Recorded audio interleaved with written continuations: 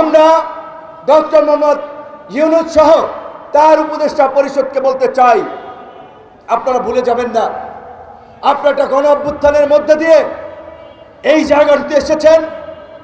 অসংখ্য নিরীহ ছাত্র জনতার রক্তের এবং প্রাণের বিনিময়ে এই অন্তর্বর্তীকালীন সরকার গঠিত হয়েছে।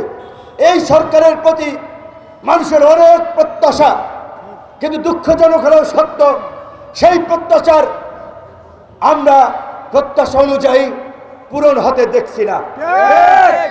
এই খেটে খাওয়া মানুষ ক্ষুব্ধ হচ্ছে, দ্রব্যমূল্যের দাম বাড়ছে, তেলের দাম, চালের দাম, সবজির দাম বাড়ছে। আমরা বারবার বলছিলাম, গরিব মানুষ, খেটে খাওয়া মানুষ রাষ্ট্র সংস্কার, গণতন্ত্রের প্রাতিষ্ঠানিক রূপদান, আইনের শাসন, এত জটিল জটিল শব্দ বাক্য এগুলো বোঝে না।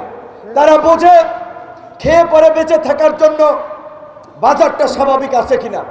কাজেই আপনাদেরকে বারবার অনুরোধ করেছি, এখনো করব, ভর্তুকি দিয়ে হলেও চাল, ডাল, তেল, পেঁয়াজের মতো নিত্য প্রয়োজনীয় জিনিসপত্রের দাম সাধারণ মানুষের ক্রয় ক্ষমতার মধ্যে রাখুন। রেশনিং সিস্টেম চালু করুন দরিদ্র মানুষের জন্য। আপনাদেরকে সকলে সাপোর্ট করবে। ইতিহাসের যত বাকবদল হয়েছে, আন্দোলন সংগ্রাম হয়েছে, কোন এমপি মন্ত্রীর ছেলে বউ বাচ্চা রাজপথে জীবন দেয় নাই। জীবন দিয়েছে এই খেটে খাওয়া মানুষ, সাধারণ ছাত্র জনতা।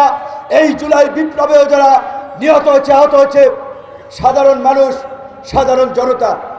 কিন্তু আমরা জানি না এই জুলাই ফাউন্ডেশন কি করছে। এখন পর্যন্ত আহত পরিবারগুলো হাহাকার করছে, সহায়তা পাচ্ছে না, চিকিৎসা করাতে পারছে না।